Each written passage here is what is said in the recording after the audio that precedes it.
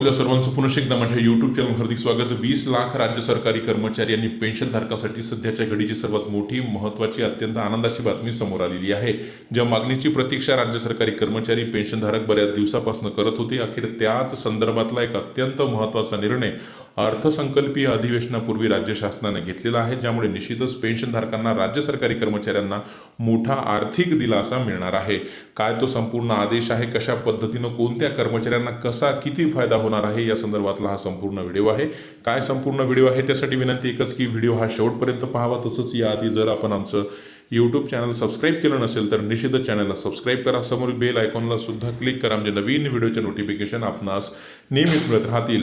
राज्य सरकारी कर्मचाऱ्यांना 1 जानेवारी 2019 पासून 7वा वेतन आयोग लागू झालेला आहे, परंतु तो पूर्वलक्षी प्रभावाने लागू झाल्यामुळे 1 जानेवारी 16 ते 31 डिसेंबर 2018 या 3 वर्षाच्या काळाची जी काही थकबाकी आहे ती 5 समान हप्त्यामध्ये देण्याचा निर्णय राज्य शासनाने घेतलेला होता।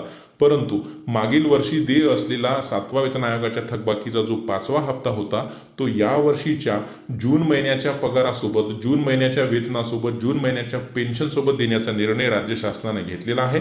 आणि या शासन आदेशामध्ये स्पष्ट नमूद करण्यात आलेलं आहे की ज्या राज्य सरकारी कर्मचाऱ्यांना GPF योजना लागू आहे अशा सर्व राज्य सरकारी कर्मचाऱ्यांचा 7वा वेतन आयोगाच्या थकबाकीचा 5वा हप्ता हा जून महिन्यामध्ये म्हणजे 1 जुलै 2024ला तो जमा होईल। या पद्धतीनं तो जून महिन्याच्या वेतनासोबत दिला जाणार आहे। सोबतच जे सेवानिवृत्त कर्मचारी आहेत त्यांना 7वा वेतन आयोगाच्या थकबाकीचा 5वा हप्ता हा रोखीनं दिला जाणार आहे, म्हणजे जून महिन्याच्या पेन्शन सोबत दिला जाणार आहे।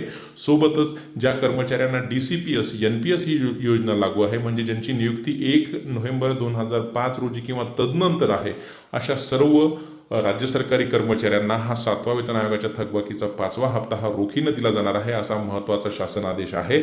सोबतच हा मागील वर्षी म्हणजे 1 जुलै 2023 या दिवशी देय असल्याने या हप्त्यावर मागील वर्षी म्हणजे 1 जुलै 2023 पासून व्याज सुद्धा मिळणार आहे, ज्यांच्या GPF खात्यामध्ये हा हप्ता जमा होणार आहे।